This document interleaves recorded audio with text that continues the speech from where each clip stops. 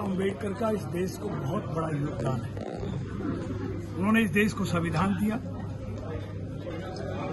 लेकिन संविधान देने के बदले में हर कदम पर कांग्रेस उनके सहयोग ने उन्हें संविधान की धज्जियां उड़ाई और संविधान के निर्माता डॉक्टर भीमराव अंबेडकर को पग पग पर अपमानित करने का काम किया।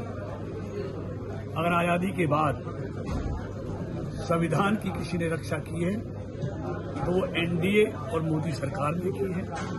डॉक्टर भीमराव अंबेडकर जी को अगर सम्मान देने की कहीं से शुरुआत हुई है तो वो एनडीए और मोदी सरकार ने की है। चाहे उनको भारत रत्न देने की बात हो, सेंट्रल हॉल में उनका पोर्ट्रेट लगाने की बात हो, ओबीसी आयोग को संवैधानिक दर्जा देने की बात हो, अनुसूचित जाति के भाइयों को नौकरियों में रिजर्वेशन में आरक्षण, पदोन्नति में आरक्षण देने की बात की हो तो इन्होंने की हो।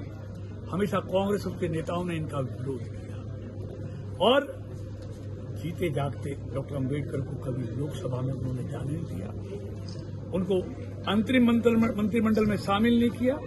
कांग्रेस का हर संभव प्रयास था डॉक्टर भीमराव अंबेडकर संविधान सभा के अध्यक्ष न बने, उसके उन्होंने बहुत कोशिश की, लेकिन दूसरे लोगों के कारण वो उसके अध्यक्ष बने। लेकिन बार बार उनको चुनाव हराने का काम कांग्रेस के लीडरों ने कांग्रेस ने किया। आप कांग्रेस पर आरोप लगा रहे हैं, लेकिन राहुल गांधी संविधान की किताब लेकर भारतीय जनता पार्टी पर आरोप लगाती है कि संविधान को खत्म करने का काम देखिए भाजपा कर रही है और सारे संस्थाओं पर इस देश में 106 संविधान संशोधन हुए, जिसमें से 75 संविधान संशोधन पार्टी हित में और सर्वोच्च न्यायालयों के फैसलों को बदलने का मामला हो या ओबीसी के आरक्षण का विरोध हो, उन्होंने संविधान संशोधन 106 में से 75 किए अपनी पार्टी के हित के लिए, अपने न्यायालयों के फैसलों को बदलने के लिए।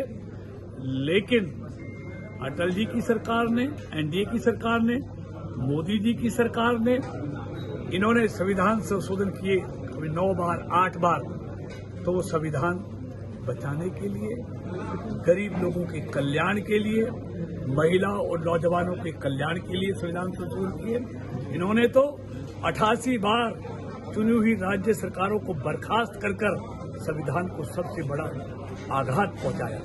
देश में आपातकाल लगाकर, प्रेस की स्वतंत्रता पर बंदिश लगाकर, न्यायालयों के आदेश पर बंदिश लगाकर पलटने का काम ये कांग्रेस ने किया। तो जितना संविधान की अवहेलना कांग्रेस ने की है, कभी किसी ने नहीं की। भारतीय जनता पार्टी और एनडीए की सरकारों ने हमेशा संविधान में संशोधन किए हैं, महिलाओं के, देश के लोगों के अधिकारों के।